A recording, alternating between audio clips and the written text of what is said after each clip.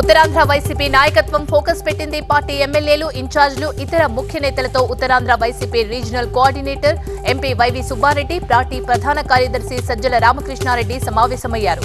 ఉత్తరాంధ్రలో మెజారిటీ సీట్ల సాధనే లక్ష్యంగా వ్యూహం రూపొందిస్తోంది అధిష్టానం. వారికి దిశానిర్దేశం చేస్తున్నారు. సిద్ధం సభలతో జోరు మీదున్న సీఎం జగన్ రేపు బాపట్ల జిల్లా మేదరమెట్ల సభకు సిద్ధమయ్యారు. ఈ సభలో సీఎం జగన్ కీలక ప్రకటన చేసే అవకాశం ఉంది. సిద్ధం సభ కోసం భారీ ఏర్పాట్లు చేస్తున్నారు ఆ పార్టీ నేతలు. గుంటూరు, పల్నాడు జిల్లాల నుంచి కూడా జన సమీకరణ చేస్తున్నారు. అమలాపురం ఎంపీ చింతా అనురాధకు చెక్ పెట్టింది వైసీపీ అధిష్టానం. అమలాపురం వైసీపీ పార్లమెంట్ ఇన్ఛార్జిగా రాపాక వరప్రసాద్ ను ప్రకటించింది. ఉమ్మడి తూర్పుగోదావరి జిల్లాలో ఉన్న 3 ఎంపీలకు గాను 2 అసెంబ్లీ ఇన్ఛార్జిగా నియమించింది వైసీపీ. ఇప్పుడు అనురాధను పూర్తిగా పక్కన పెట్టేసింది. దీంతో తీవ్ర మనస్తాపంతో ఉన్నారు ఎంపీ చింతా అనురాధ. పల్నాడు జిల్లా ముప్పాళ్ల మండలంలో మంత్రి అంబటి రాంబాబు బైక్ ర్యాలీ నిర్వహించారు. రేపు మేదరమెట్లలో జరిగే సిద్ధం బహిరంగ సభకు ప్రజలు పెద్ద ఎత్తున హాజరు కావాలని పిలుపునిచ్చారు.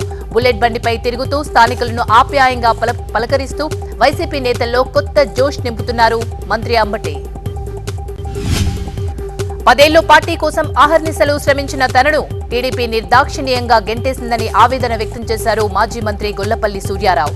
రాజోలు నియోజకవర్గ ప్రజలకు తాను చేసిన సేవలకు ఈ ఎన్నికల్లో ఆదరించాలన్నారు. క్లిష్ట పరిస్థితుల్లో తనను సీఎం జగన్ పిలిచి రాజోలు టికెట్ ఇచ్చారని సూర్యారావు అన్నారు. అనంతపురం జిల్లా కళ్యాణదుర్గంలో ఫ్లెక్సీల వార్ నడుస్తోంది. టీడీపీ వైసీపీ నేతల మధ్య ఫ్లెక్సీల వివాదం తలెత్తింది. కళ్యాణదుర్గంలో మంత్రి పెద్దిరెడ్డికి స్వాగతం పలుకుతూ ఏర్పాటు చేసిన ఫ్లెక్సీలు చించేశారు ఆగంతకులు. 2 రోజుల కిందట టీడీపీ నేత సురేందర్ ఫ్లెక్సీలు కూడా చించేయడంతో విచారణ ప్రారంభించారు పోలీసులు.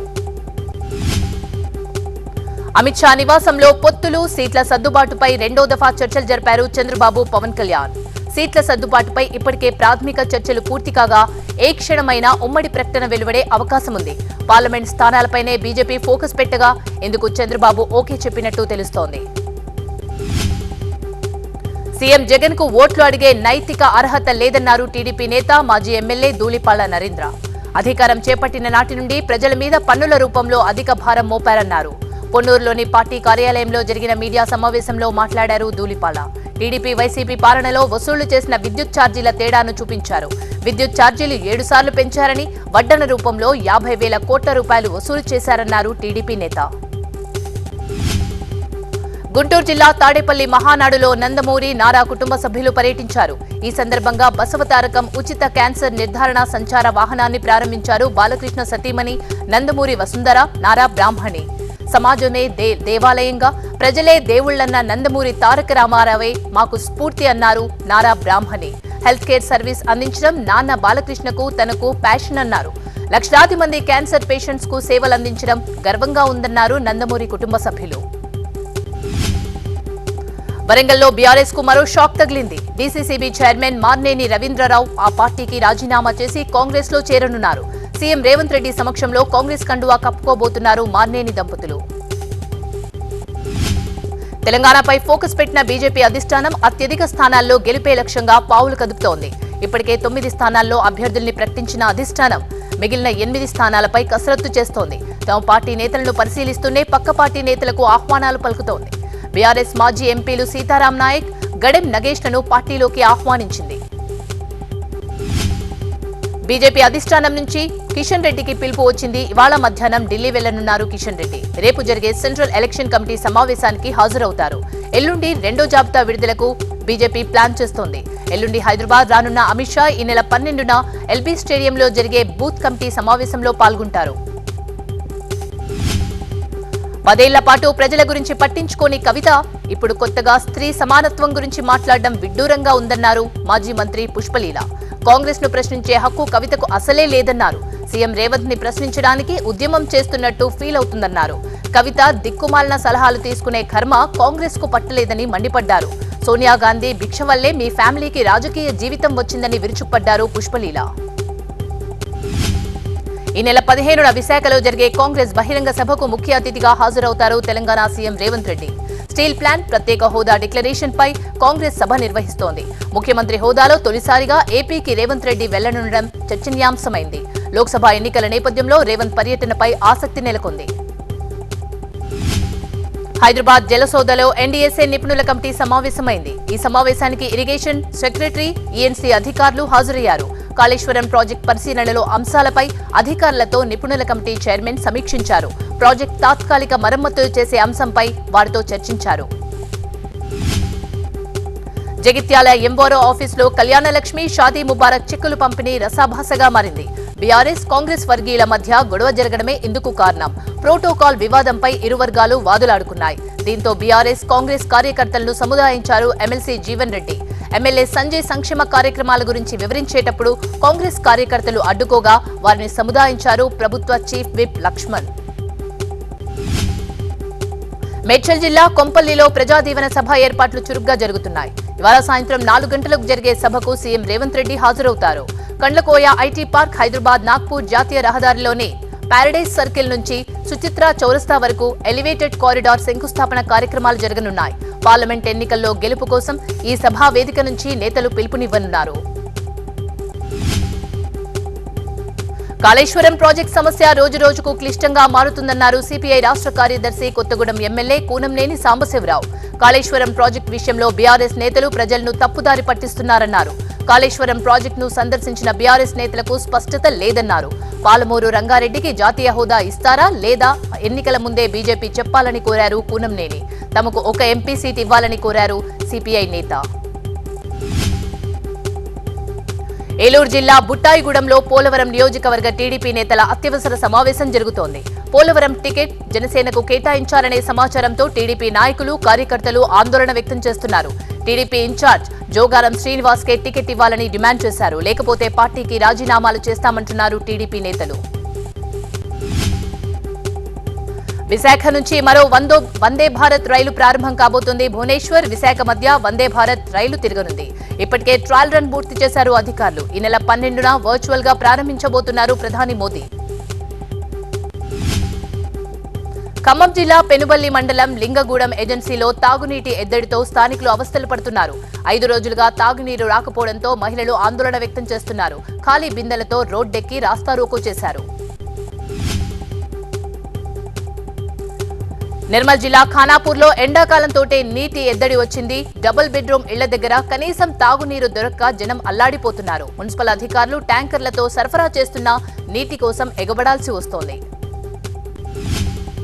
జగిత్యాల జిల్లా మాల్యాల మండలంలో కొండగట్టు అంజన్న భక్తులకు పెను ప్రమాదం తప్పింది. ఘాట్ రోడ్ పై నుంచి కిందకు వస్తున్న ఆటో బ్రేక్ ఫెయిల్ అయి బోల్తా పడింది.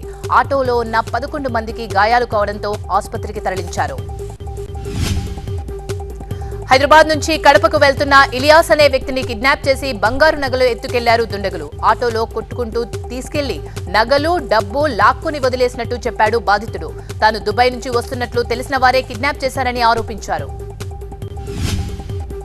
ఆస్ట్రేలియాలో ప్రమాదవశాత్తు లోయలో జారిపోయిన చెన్న తెలుగు డాక్టర్ ఉజ్వల మృతదేహాన్ని కృష్ణా జిల్లా ఉంగుటూరు మండలానికి తీసుకొచ్చారు.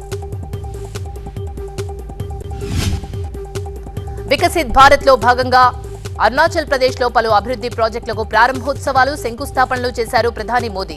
13,000 అడుగుల ఎత్తులో 825 కోట్లతో నిర్మించిన సెల్ టన్నెల్ ప్రారంభించి జాతికి అంకితం చేశారు. ఈశాన్య రాష్ట్రాలను అభివృద్ధి చేయడమే వికసిత్ భారత్ లక్ష్యమన్నారు ప్రధాని మోదీ. ఈటానగర్లో ఏర్పాటు చేసిన భారీ బహిరంగ సభలో మాట్లాడారు. ఈశాన్య రాష్ట్రాల అభివృద్ధి కోసం 35,000 కోట్ల వ్యయంతో పలు అభివృద్ధి పనులు చేపట్టినట్లు తెలిపారు. అరుణాచల్ ప్రదేశ్ పర్యటనలో ఉన్న ప్రధాని మోదీ సంప్రదాయ వేషధారణలో అలరించారు. మోదీ అభివాదానికి ఫిదా అయిన విద్యార్థులు, ప్రజలు నినాదాలతో హోరెత్తించారు. సెల్ ఫోన్లో మోదీ వీడియో తీసేందుకు ఆరాటపడ్డారు. ఒడిశాలో బీజేపీ మధ్య పొత్తుకు ఆదిలోనే బీటలు పడినట్టు తెలుస్తోంది. సీట్ల సర్దుబాటు చర్చలు ఫలించకపోవడంతో ఈ ఎన్నికల్లో ఒంటరిగానే బరిలో దిగాలన్న ఆలోచనలో ఉంది బీజేపీ. రాష్ట్రంలో 147 అసెంబ్లీ, 21 పార్లమెంట్ స్థానాల్లో పోటీకి ఉన్న అవకాశాలను వెతుకుతోంది. మధ్యప్రదేశ్లో కాంగ్రెస్ బిగ్ షాక్ తగిలింది. కేంద్ర మాజీ మంత్రి సురేష్ పచౌరి, మాజీ ఎంపీ గజేంద్ర సింగ్ బీజేపీ కండువా కప్పుకున్నారు. వారికి సీఎం మోహన్ యాదవ్, మాజీ సీఎం శివరాజ్ సింగ్ చౌహాన్ కండువా కప్పి పార్టీలోకి ఆహ్వానించారు. మధ్యప్రదేశ్ సచివాలయం 3వ అంతస్తులో మంటలు చెలరేగాయి. గదులు శుభ్రం చేస్తుండగా మంటలు ఎగిసిపడ్డాయి. వెంటనే అప్రమత్తమైన అధికారులు శ్రమించి మంటలు ఆర్పేశారు. మధ్యప్రదేశ్ సచివాలయంలో జరిగిన అగ్ని ప్రమాదంలో ఆ ప్రాంతంలో దట్టమైన పొగ కమ్మేసింది. కాసేపు ఏం జరుగుతుందో తెలియక ఉద్యోగులు భయంతో పరుగులు పెట్టారు. సకాలంలో చేరుకున్న ఫైర్ సిబ్బంది మంటల్ని ఆర్పడంతో అంతా ఊపిరి పీల్చుకున్నారు. వల్లభ్ భవన్లో అగ్ని ప్రమాదంపై స్పందించారు సీఎం మోహన్ యాదవ్. ఘటనపై దర్యాప్తు కోసం ప్రభుత్వ ప్రధాన కార్యదర్శిని ఆదేశించినట్లు చెప్పారు. ప్రస్తుతానికి మంటలు అదుపులోకి వచ్చాయని చెప్పారు. ఇలాంటి ఘటనలు పునరావృతం కాకుండా చేస్తామన్నారు. ఉత్తరప్రదేశ్ సీఎం యోగి ఆదిత్యనాథ్ గోరఖ్పూర్లో ప్రజా దర్బార్ నిర్వహించారు. పలు సమస్యలతో వచ్చిన వారిని ఆప్యాయంగా పలకరించి వారి నుంచి దరఖాస్తులు స్వీకరించారు. సమస్యల పరిష్కారానికి సంబంధిత అధికారులను ఆదేశించారు.